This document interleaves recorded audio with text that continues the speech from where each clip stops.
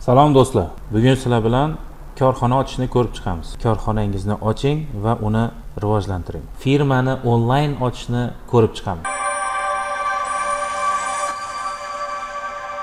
Buning uchun birinchi navbatda har doimgidek Google Chrome ga kirib olamiz. Mana bu yozuv maydonchaga birdarcha.uz deb yozamiz. Mana shu saytga kiramiz. Demak, oldin birdarcha.uz sayti edi, hozirgi paytda nev.birdarcha.uz saytiga o'zgartirildi. O'zimizning shaxsiy kabinetimizga kirib olamiz. Mana bu yerda mana kabinetga kirish qismi bor. Bosamiz. Kirish. Erik ключ bilan kiramiz. Demak, Erikni tanlaymiz. Xo'p.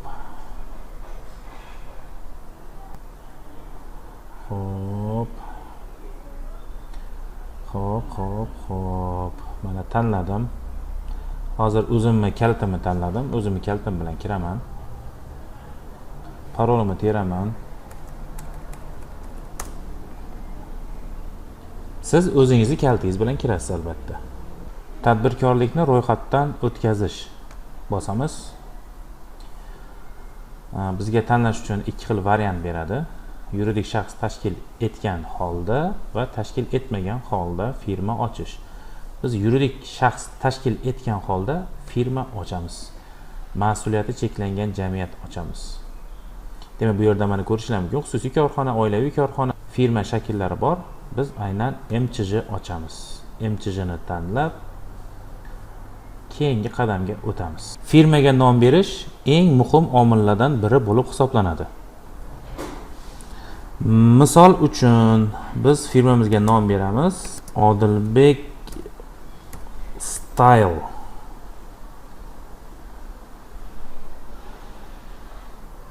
Ushbu nomdan foydalanish mumkin. Demak, bizning firmamizning nomi mana shunday nom bilan nomlanadi. Keyingi qadamga o'tamiz. Demak, oferta shartlarini o'qib chiqib, albatta rozilik bildiramiz, tasdiqlaymiz. Endi biz mana shu 9 ta qadamni o'tib bo'lsak, natijada bizning MChJimiz Odilbek Style nomi bilan nomlangan MChJimiz ochiladi. Demak, bu ariza beruvchi, men o'zim ariza beryapman. Davom etish. Keyingi qadamda faoliyatimizni manzilini kiritishimiz kerak, ko'rsatishimiz kerak. Kadastr raqamini kiritsak, o'sha kadastr raqami bo'yicha manzilni to'liq o'zi qabul qilib oladi. Kadastr raqamini kiritamiz. Kadastr raqamini kiritdik. Qidirish tugmachasini bosamiz. Mana, demak, manzilimizni qabul qildi. Mahallamizni tanlaymiz. Demak, bizi mahalla, mana bu mahalla. Telefon nomer. Mana shu telefon nomer. Elektron pochta ham yozishimiz kerak, biron bir elektron pochta. Mana yozdim. Davom etish tugmachasini bosamiz. Davom etamiz. Navbatdagi qadamda biz qaysi soliq rejimida ishlashligimizni tanlashimiz kerak bo'ladi. Aylanmadan, NDS yoki bo'lmasam qat'iy belgilangan summalar bo'yicha. Demak, biz keling aylanmadan soliq to'lay olaylik. Tanlaymiz. Endi faoliyatimizning turi, nima faoliyat bilan shug'ullanishligimizni mana shu yerdan qidirib topamiz. Masalan, biz realtorlik faoliyati bilan shug'ullanmoqchi bo'lsak, ko'chmas mulk bilan operatsiyalar, mana demak mana shu bandida joylashgan. Ko'chmas mulkni sotish, sotib olish, ko'chmas mulkni sotib olish va sotish, mana ko'chmas mulkni sotib olish va sotish. Mana shu faoliyat bilan shug'ullanmoqchi bo'lsak, mana shuni demak tanlashimiz kerak bo'ladi. Bu yerda bir qancha faoliyat mavjud. Aynan siz qaysi faoliyat turi bilan shug'ullanadigan bo'lsangiz, o'sha faoliyat turini qidirib topib, mana tanlash tugmachasini bosasiz. tanlash. Keyingi qadamga o'tamiz. Ta'sis ma'lumotlari, ustav fondi valyutasi so'mda.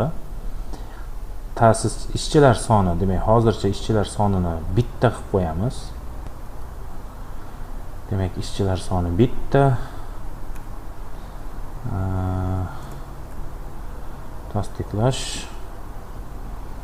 Ta'sischi qo'shamiz.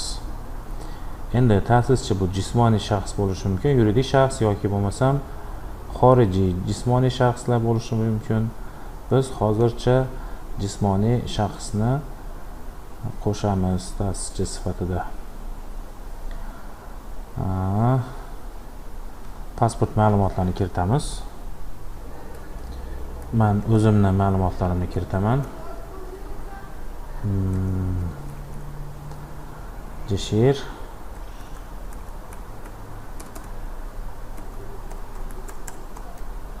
qidirish tugmachasini bosamiz. Pasport seriyasi yoki raqami noto'g'ri. Xo'p. 35 qidirish. Demak, mana ta'sischimiz. Bu hozir men o'zim, chunki o'zim yozdim-da albatta. Telefon nomerim, emailni kiritaman albatta. Endi mana bu yerga qo'shgan hissasi, aytaylik 100 million. Qo'shish tugmachasini bosamiz. Ta'sischimiz qo'shildi. Demak, hujjat. Bu yerga ham o'sha ta'sischini qo'shamiz.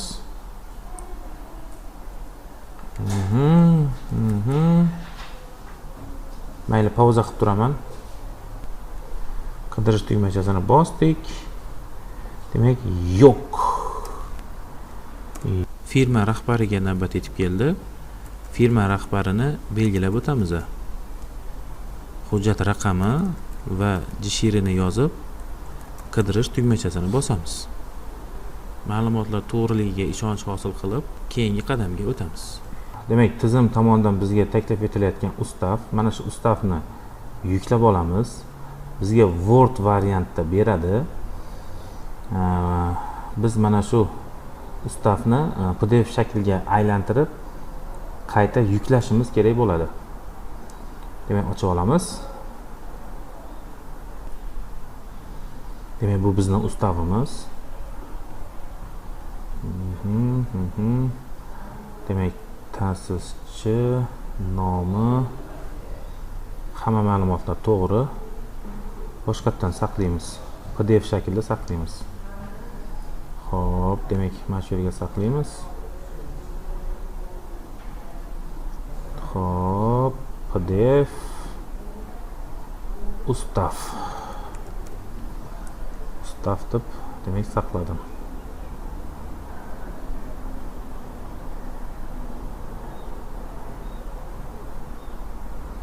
Tayyor ustavimiz ham.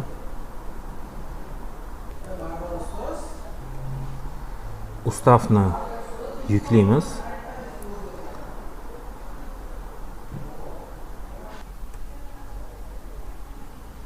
Xo'p, ustav yuklanish jarayonida biz qolgan ma'lumotlarni tekshirib chiqamiz. Ta'sischilar, demak, to'g'ri, summasi 100 million to'g'ri, rahbar to'g'ri. Demak, uzr. Ariza beruvchi, bizning manzilimiz, demak, manzilimiz ham to'g'ri. Hamma ma'lumotlar to'g'ri. Demak, to'g'riligini tasdiqlayman, galishga qo'yib tanlash. Mana shu tugmachani bosamiz. Endi biz hozir bosmaymiz. Demak, buni bossak 7-qadamga o'tadi. Bu to'lov qilish. To'lov qilish kalitni olish videosidagi to'lov qilish bilan bir xil bo'ladi. Keyingi qismi sizni arizangiz ko'rib chiqiladi va oxirgi qismida esa siz bank tanlaysiz. O'zingizga yaqin bo'lgan biron bir bankni tanlab, OK tugmachasini bossangiz, qarabsizki, sizni firmangiz ochilgan bo'lib hisoblanadi. Ustavingizni qayta yuklab olasiz. guvohnomangizni yuklab olasiz, bank hisob raqamingizni yuklab olasiz, pechat muhrga demak zakaz berasiz. Shu bilan firmangiz tayyor. Hammaga rahmat. O'ylaymanki videomiz sizlar uchun manfaatli bo'ldi.